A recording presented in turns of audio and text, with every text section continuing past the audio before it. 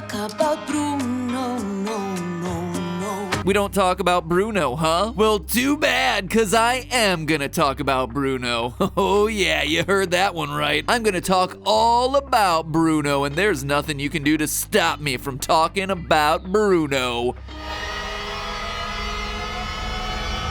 He's a cool dude. Yeah, overall, he's a nice fella.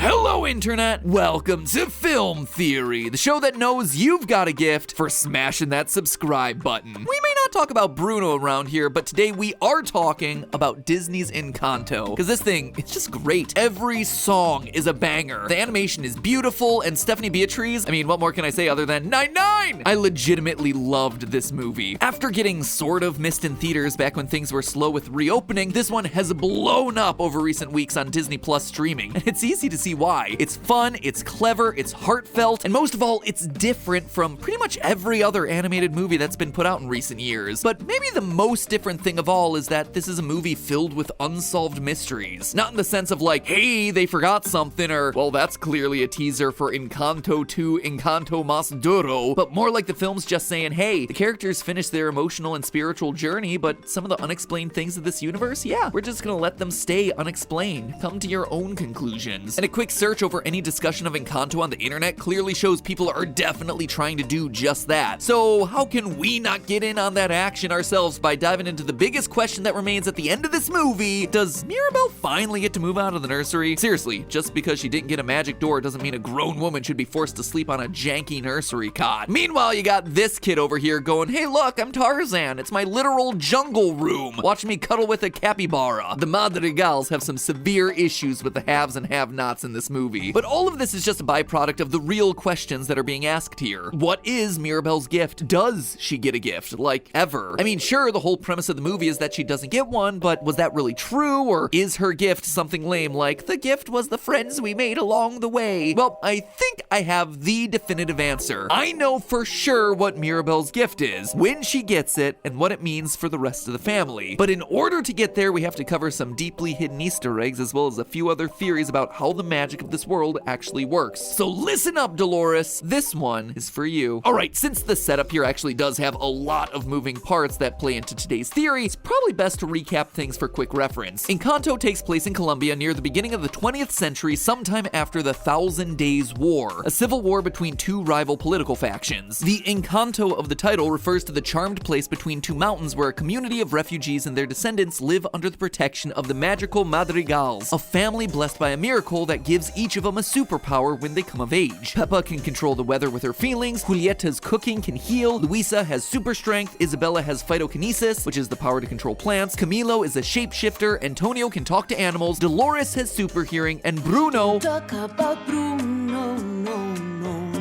can see into the future. The miracle also made their house Casita come to life. The miracle appears to be contained inside of a magic candle protected by the head of the family, Abuela Alma, who led the community to the area after her husband Pedro died while on the run from enemy soldiers. But in the least subtle Disney metaphor since Elsa was birthed out of the Yannick ice luge of mommy issues in Frozen 2, there are literal and figurative cracks forming, and it all leads back to our main character Mirabel, the only Madrigal who, on the appointed day, was not bestowed with a gift or special magic room by the miracle candle, and no one quite understands why. So with the rest of the family's magic fading, Mirabel sets off to solve the mystery by visiting each member one by one in a structure that feels like it was ripped straight out of a Mega Man game. One therapeutic musical boss fight at a time, she learns that the pressure everyone is under is what's causing tension within the family. One by one, they all heal and come to a new understanding of each other, except for Abuela Alma, who won't hear any of it. A few musical numbers and one heartfelt confession later, the community comes together to rebuild Casita, and the Encanto is renewed in a new, more open, and more powerful form. Bien está lo que bien acaba. Well, except for the fact that the candle went out and stayed out, and we never truly found out what made everything work in this universe. We also never get confirmation about whether or not Mirabel in the newly rebuilt Casita gets a magic power or magic room, and working those questions out is what's driving a lot of the post-movie discourse. So, are the answers actually here in the film, or is this just a case where it's like, you gotta make up your own personal headcanon? Well, I think I have all the answers, but you have to look really closely at the clues that are sprinkled throughout the movie. First and foremost, let's debunk a theory that I've seen tossed around on the internet. It's actually one that a member of our team first pitched out to me. The magic of the house, and even the miracle of the candle, are all thanks to the spirit of the late Abuelo Pedro, the grandfather who's still watching and protecting the family even after his tragic death. Gotta admit, on my first watch of the movie, I was waiting for this to become the big twist, an emotional reunion of loved ones that brings the family together and revives the magic of the house. And then it just didn't come. I was surprised, but in retrospect, it also kind of makes sense. For one thing, while Casita does seem to have a mind of its own, as if it were inhabited by a friendly spirit, the structure's very name being referred to in the Spanish language feminine form Casita seems to indicate that the Madrigals don't regard the presence itself as that of a man. And while it's also a very plausible theory that Pedro's spirit might have resided inside the candle, this ultimately gets debunked when magic returns to the house at the end of the movie, but the candle does not return with it. This suggests that the magic of the house is coming from somewhere or something other than the candle. But where? Well, let's look at the doors. They are unquestionably the most important magical symbol within the movie. Mirabel obviously doesn't get one, setting her apart from everyone else. But there's another key difference here that everyone seems to overlook. Here are all the doors. Notice anything interesting? Anything unusual? Antonio's is different. When every other family member visited Abuela Alma and the magic candle to receive their doors, the image on it featured their adult selves. But Antonio's door is the first one to depict him as an actual child. It's an interesting detail. It's also worth pointing out that this happens after he requests Mirabel to be the one at his side during the ritual. Could those two events possibly be connected? Well, the timeline definitely seems to support that sort of conclusion. Abuela Alma ushers in all the adult doors up until Mirabel. Mirabel, as a child, gets nothing, and then, in the immediate next ceremony for Antonio, he gets a new type of door, a kid door while under the guidance of Mirabel. Basically, it seems what we're seeing here is a handover from Abuela Alma as the keeper of the Encanto to Mirabel, who's now in charge of keeping that miracle alive for the next generations. That is why Antonio's door is different. It also explains Mirabel's gift. She and Abuela Alma have the same gift. They're both the keepers of the magic, a magic that comes not from a deceased relative, but rather from a devotion to family and a devotion to service. We were given a miracle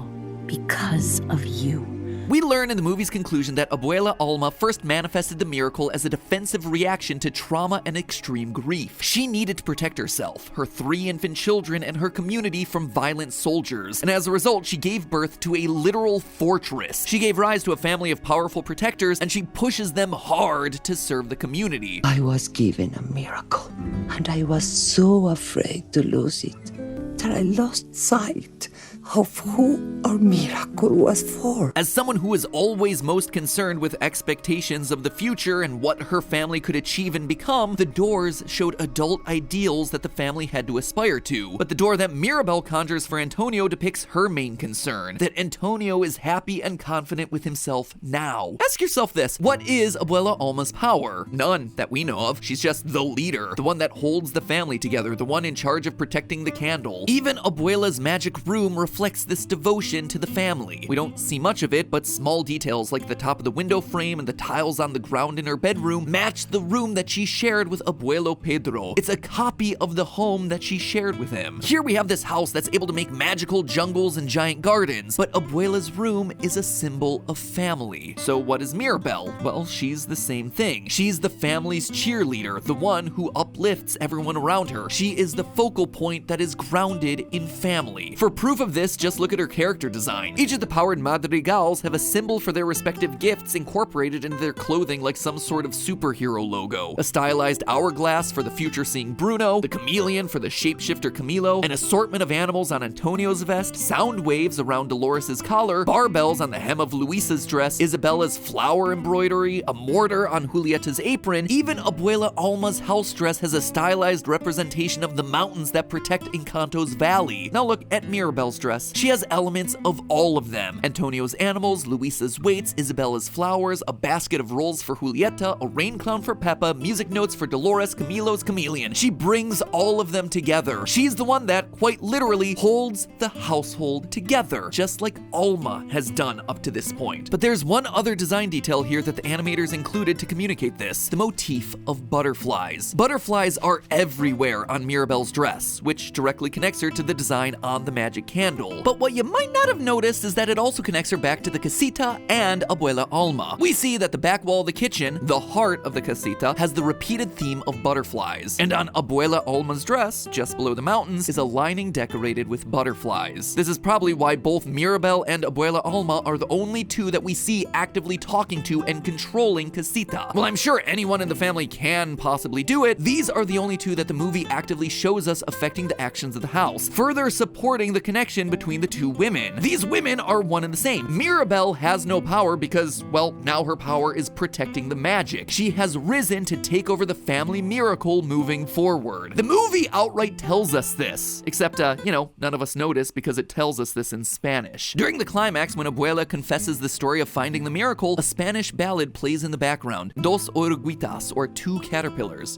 Caterpillars, as in the creature that ultimately metamorphoses into butterflies? Could this possibly relate to the two women in the movie who symbolically transform into butterflies and wear them all over their clothes? Well, the lyrics go a little something like this. I, little caterpillars, don't hold on anymore. You must grow apart and return, you'll keep moving forwards. Two women who grow apart only to grow back together and move forward, huh? Sounds a lot like the relationship between Mirabel and Alma and how their emotional separation ultimately moves the family forward into a new era of empathy and emotional understanding. Quote again from the translated lyrics. You must leave and build your own future. Two disoriented caterpillars in two well-wrapped cocoons. With new dreams, now all that's missing is to do what's necessary in a world that keeps changing. Taking down its walls, there comes our miracle. I mean, it's all right there, guys, like a strategy guide for solving the family's problems. The world has changed, so take down the walls and rebuild. Come out of your protective cocoons and embrace each other. Mirabel's gift, just like Alma's, is to feel what others need and, in the case of her family, see their potential and help them realize it. But Alma ultimately lost her way. She pushed the family too hard. She held on to them too rigidly because she was still trapped in the past, a time that she needed to be on the defensive. But as the song said, times had changed. They needed to rebuild in order to move forward. And so, it seemed time for the miracle to be passed on to